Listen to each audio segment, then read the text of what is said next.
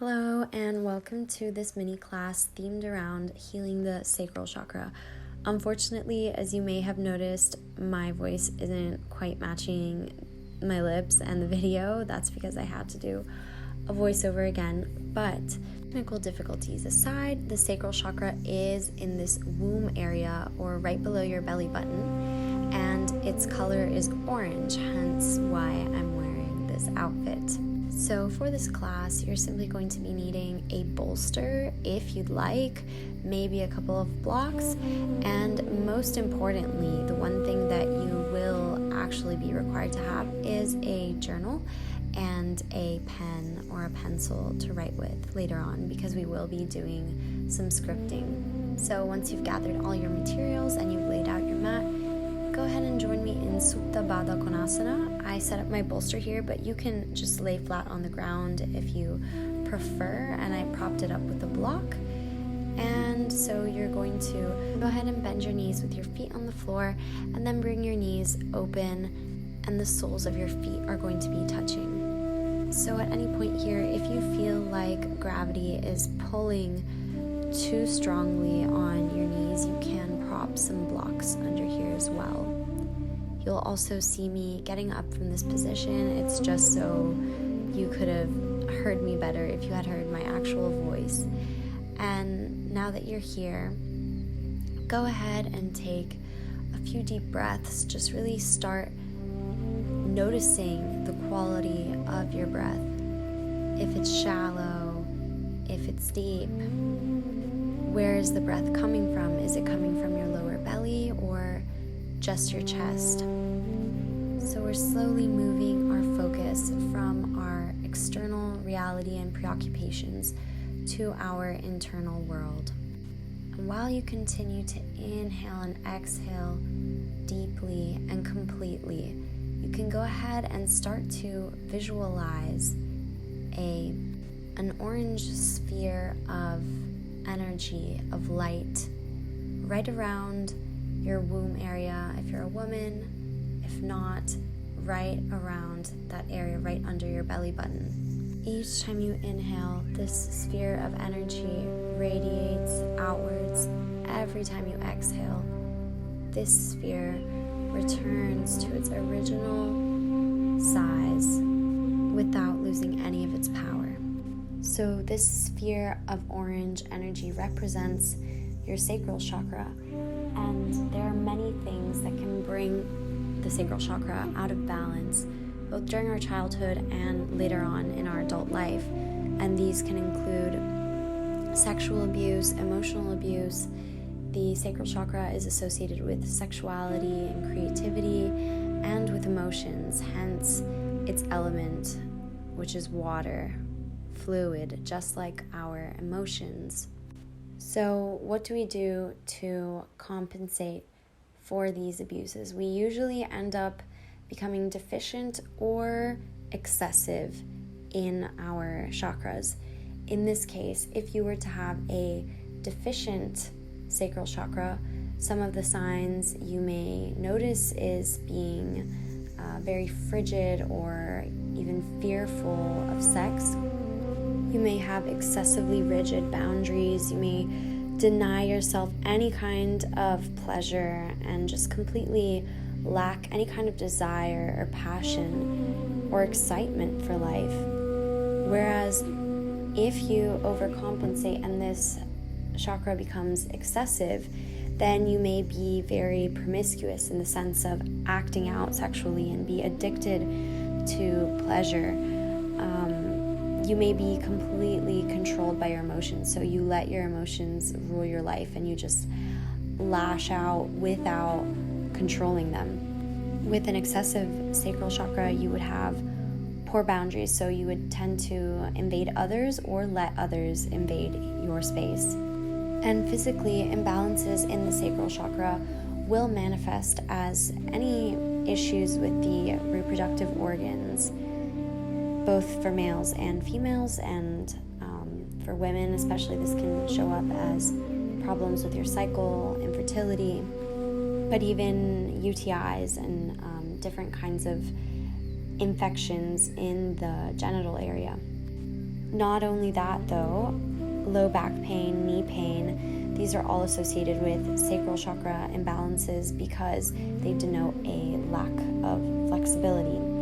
In fact, people with deficient sacrals tend to be less flexible, whereas people with excessive sacrals can sometimes have very flexible open hips.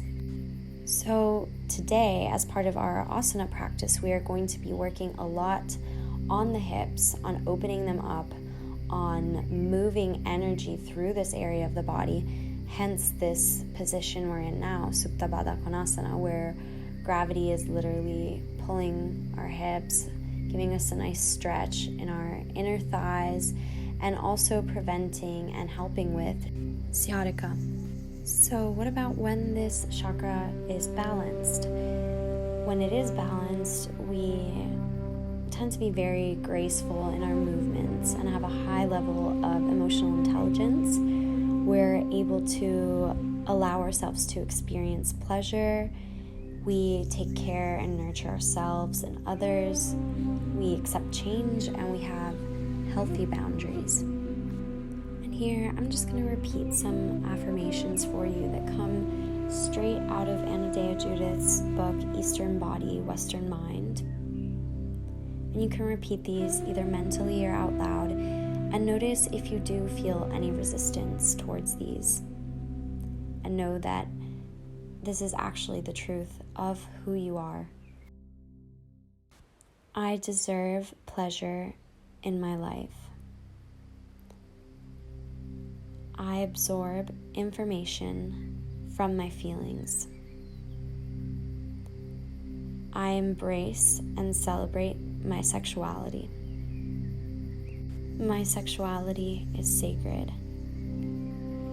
I move easily and effortlessly. Life is pleasurable. And now, ever so gently, you can bring your hands to accompany your knees to come back to a close. And roll gently onto your side into a fetal position. You can keep laying on your bolster if you have it with you. And then again, take your time to slowly push yourself up using your arms and hands, and come to a comfortable seated position with your legs crossed in front of you in Sukhasana, easy pose. From here, we're going to be doing alternate nostril breathing. So normally, as the name would indicate, you would be switching off between your right and left nostrils. But today, since we are working on our sacral chakra, we're just going to be breathing out of our left nostril because the left side of our body represents the feminine energy. And the sacral chakra is associated with feminine energy, hence its location around the womb space, whereas the right side of our body is associated with masculine energy. So in order to do this, you're going to take your right thumb and block off your right nostril. You can take your index and middle finger and keep a focal point pressing between your eyebrows. So you would be pressing where your third eye or sixth chakra would be located, just as a point of reference. And then you're just simply inhaling and exhaling out of your left nostril. I'm setting up a timer here because we are going to be doing this for 2 minutes. So when you're ready, place your index and middle finger in between your eyebrows and use your thumb to block off your right nostril, and go ahead and begin. So in this case, since we are just breathing in and out of our left nostril, we're honing in a sense of rest, calm, relaxation, which is part of what feminine energy is about, whereas masculine energy is more so oriented towards action, strength, power, more solar plexus third chakra energies. Breathing solely out of your left nostril is a great exercise to do if you are feeling particularly agitated and like you can't get a break or very anxious. This will calm down your nervous system. So you have about a minute left here of this left-sided nostril breathing. Maybe as you inhale, you can imagine breathing in a soft, glowing orange light and exhaling that same light as you see your second chakra activating right underneath your belly button, just breathing in and out of your nose.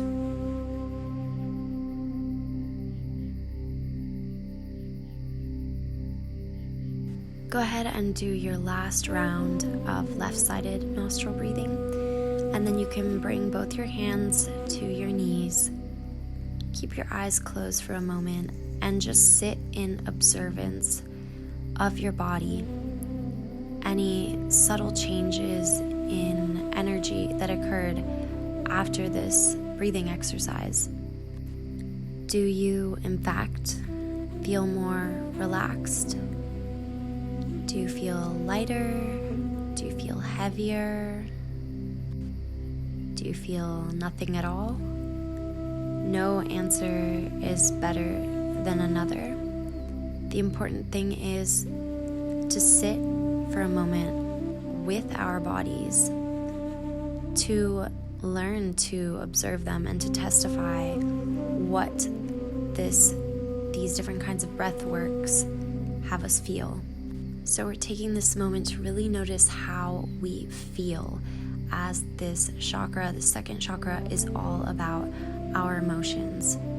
So you can gently flutter open your eyes and come into an upright Baddha Konasana position, same as the one with which we started. We're just no longer on the bolster, and you can cross your fingers in front of your hands, and you can keep your spine nice and long this way. So this pose is also known as butterfly pose, and if you want, on an exhale, you can slowly lower down, fold forward, and you're going to feel a deeper stretch in your outer thighs. You might even feel it in your inner thighs. It just kind of depends where you hold more tension and how flexible you are in both of those parts. Any amount of forward folding is fine, even if you stay upright and that's enough of a stretch for you, that's okay. Again, it's not that one expression of the pose is better than the other. The important thing is that you're actually feeling something, because we're trying to move energy from the hips out and around our sacral chakra. This is an area that tends to store a lot of tension. When most people think of where we store tension, they think of the neck and the shoulders, but the hips hold so much, especially emotional tension. And often it's not until we do poses like this that we really notice how tight we are there. And poses like Baddha Konasana contribute to undoing that tightness and that tension we develop as a result of sitting in chairs all day as well. So summed up with the fact that our bodies store a lot of tension here in general from our emotions, regardless of how we sit, plus the fact that most of us, at least in the West, do tend to sit with our legs closed, cross-legged, and we don't tend to sit in an open position like this a lot. It's good to give our hips some love, and it doesn't matter if you're folded completely flat like a pancake, as I said before, or if you're upright. The important thing is that you are getting a stretch either way based on where you're at right now in your body.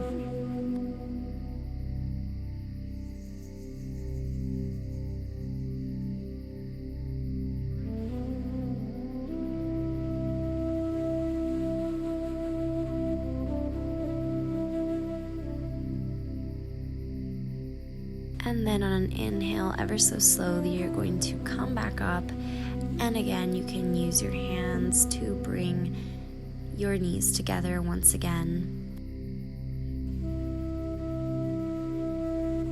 Now we're going to go ahead and get into all fours in a tabletop position with our hands in line with our shoulders and our knees in line with our hips. We're going to be doing a couple of rounds of cat-cow here. So when you inhale, you arch up and your hips arch up as if they were a bowl collecting water. And when you exhale, you pour all that water from your bowl onto the ground. When you inhale, you feel the lengthening in your abs, and when you exhale, your chin goes towards your chest, and you push your shoulder blades up and away from each other, and you round your back like a cat. So as you do these rounds of cat-cow, again, imagine that your hips really are a bowl, collecting all of this rainwater. And then when you're exhaling, all of this rainwater is going to water the intentions we set at the beginning of this class. So for each person, they might be slightly different, but in general, it's to bring healing to our sacral chakra. So maybe if you feel that you're deficient, it might be to loosen up a bit in terms of the boundaries that you've set around other people. It might be to gain back an appetite for life, to ignite that passion within. If you're excessive, maybe you want to set firmer boundaries with yourself and with others. Maybe again, if you're deficient, you want to allow yourself to feel pleasure and not feel guilty about it. So go ahead and do one more round here of cat-cow, and then on an inhale, come back to a nice straight long spine. And you can start circling your hips, and your circles might look different from mine. Just start in one direction, and the point of circling our hips, again, is to move energy through that area of our bodies. In fact, many pregnant women tend to move in this way naturally when they're about to give birth, because this is literally the expression of feminine energy moving through us. You can go ahead and do a couple more circles in this direction, and then go ahead and change rotation. Also feel the nice stretch and massage that this is giving your lower back, and feel free to slow down or take a couple more seconds in any point of your back that might be feeling a little bit more tension or might need a little bit more attention. From here, we're going to be moving into pigeon pose, and we're going to bring our right knee in between our two hands, whereas your left leg is straight back forward. The important thing is that you don't open up your hips in this way. So we don't want external rotation, but rather our hip points are both facing forwards. The more you open your foot up this way, the deeper the stretch will be. In fact, I brought it closer because that was enough for me. And if you would like, you can fold forward over your bent knee. Now I'm going to give you a different option if pigeon pose is too much for you. Today, you can try supine pigeon. So, to be lying on your back with both knees bent, bring your right foot and place it on your left thigh as such. And if you want a deeper stretch, here you can bring your knees towards your chest, using your hands to pull them towards you. And you can cross your fingers either over or under your knee here. Again, what we're doing is releasing any pent-up tension caused by very strong emotions or stress, which accumulates in the hips. If you were in regular pigeon, from here, on an inhale, you can come back up and then slowly move your right knee back underneath your hips and bring your left knee forward in between your hands and straighten your right leg back, making sure again that your hips are closed, that they're not externally rotating. And if you were lying on your back in supine pigeon, then you can place your left foot back down on the ground and switch feet, placing your left foot over your right thigh. For those of you in regular pigeon, you can go ahead and fold forward here as well.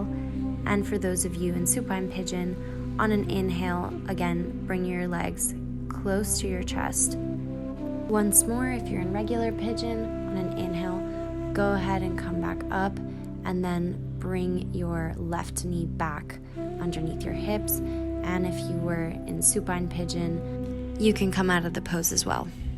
Once you're back in tabletop, your next pose is going to be a low lunge. So again, the right foot is going to come forward first, and you're going to bring it right in between your hands. Then plant the left toes onto the ground, lifting up the heel, and then you're going to lift your left knee up as well. So here, the important thing is that your right knee is in line with your ankle. You're probably going to feel a stretch in your left hip flexor. Now you have two options here. You can either stay in this pose if it's already a lot, or you can bring your right foot to open up a little bit more towards the right. Bring both hands on the inside of your right foot and then come down onto your forearms. And this is lizard pose. And of course, you can prop yourself up on some blocks here if you want to try the pose, but having your forearms on the ground is too intense. And on an inhale, you'll come back up onto your hands, shuffling your right foot back in between both hands.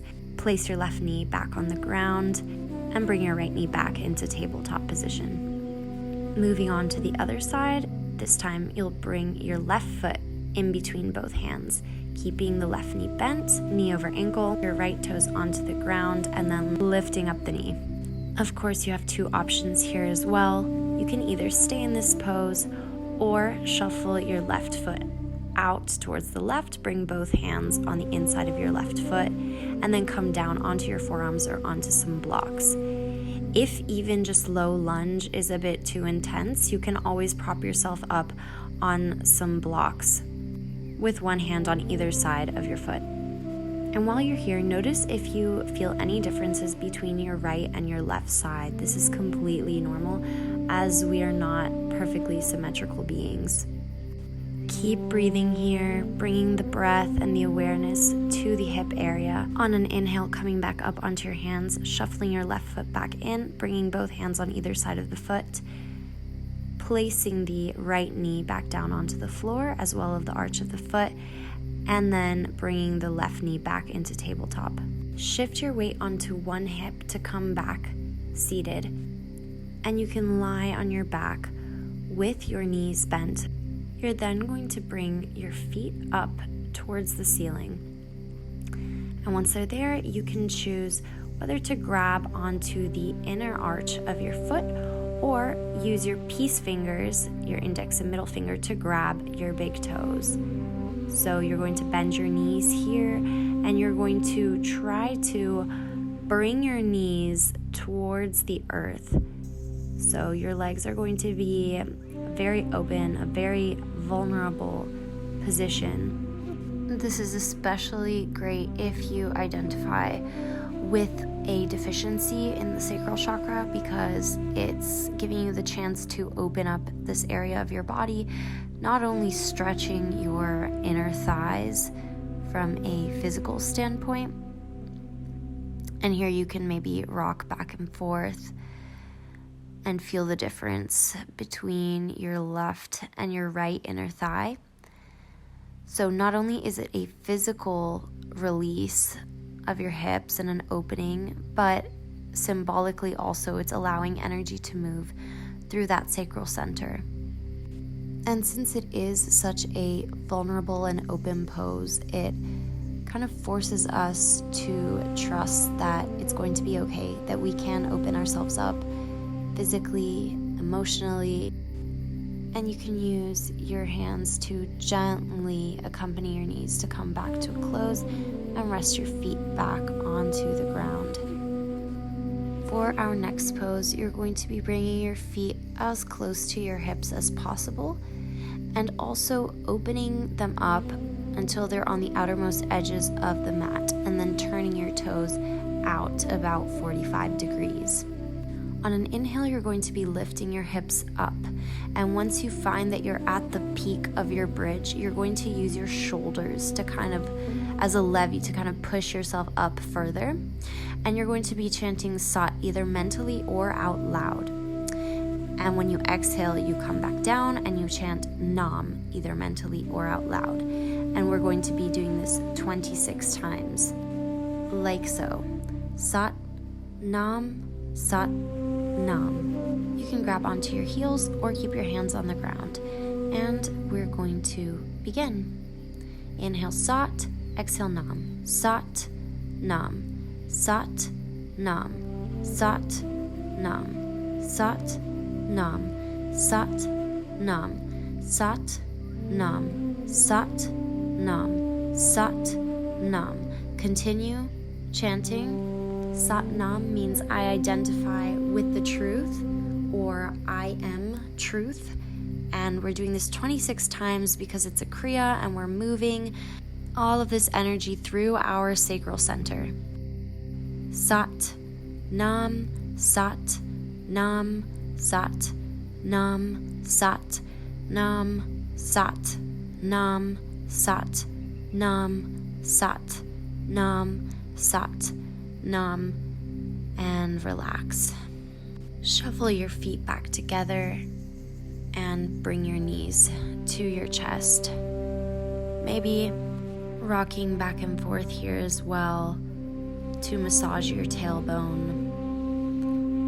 And just giving your back a little gentle release, perhaps much needed after that vigorous, dynamic bridge pose. And come back up to seated in whichever way is most comfortable for you. You can rock up, you can come up through fetal position.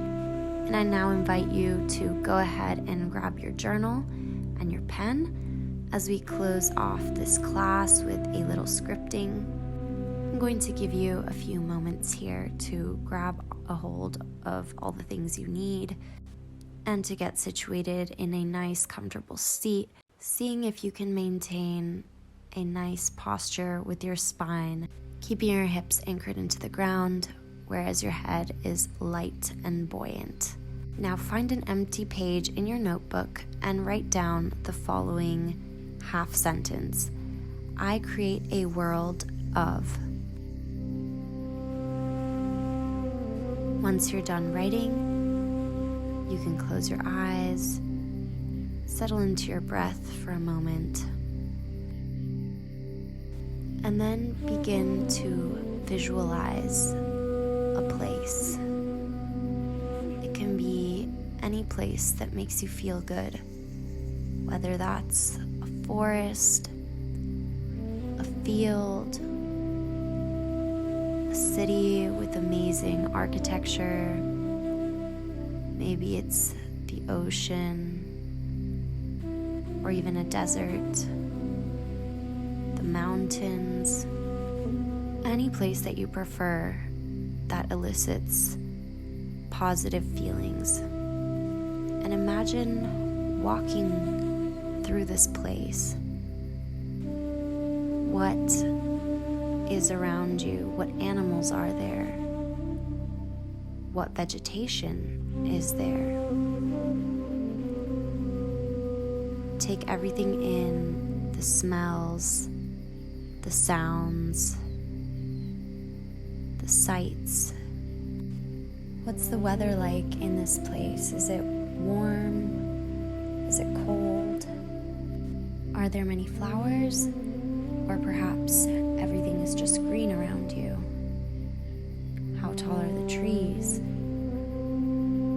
If you're in a city, what are the buildings like? If you're in the desert, is the sand red? Is it white? Just imagine this place and all of the environment with your 5 senses.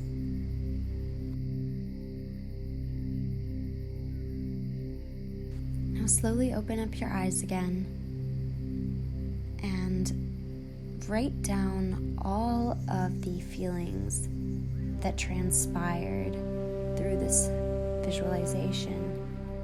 Maybe it's that you create a world of joy or peace or beauty. Whatever comes to you naturally, get into your feelings now. This is where you're really working that sacral chakra. So we visualized, and that's more 6th chakra, 3rd eye.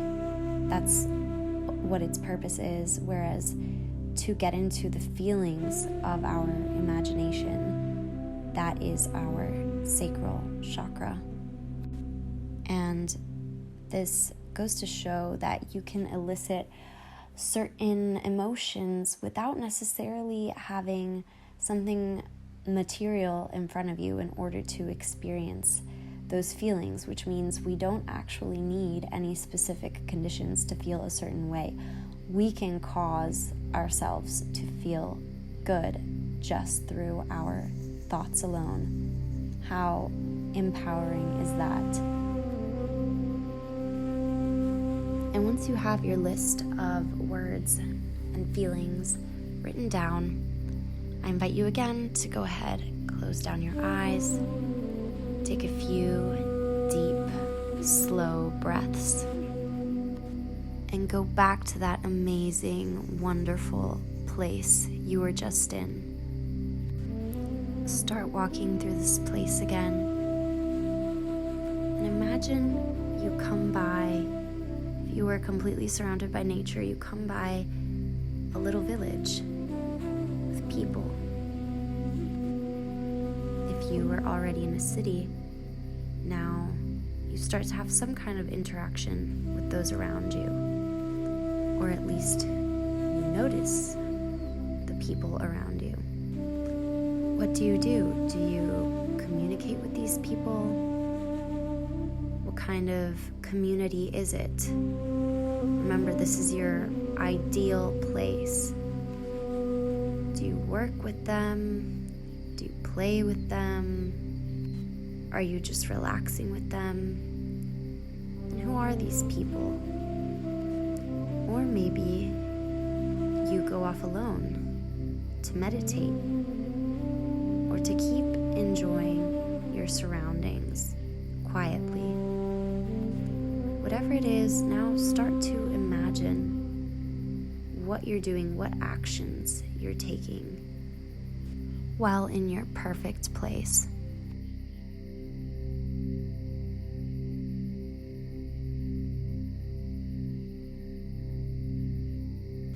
And when you're ready, you can open your eyes and take your journal. And underneath what you wrote before, write the words by/through and start listing all of these actions that you just visualized. Whether that was with your community, whether that was alone. And if you were with other people, remember that was your soul tribe, your literal perfect gathering of other human beings. And of course, those actions you've taken are probably deeply connected with those feelings you elicited before. Take your time to write it out here as well.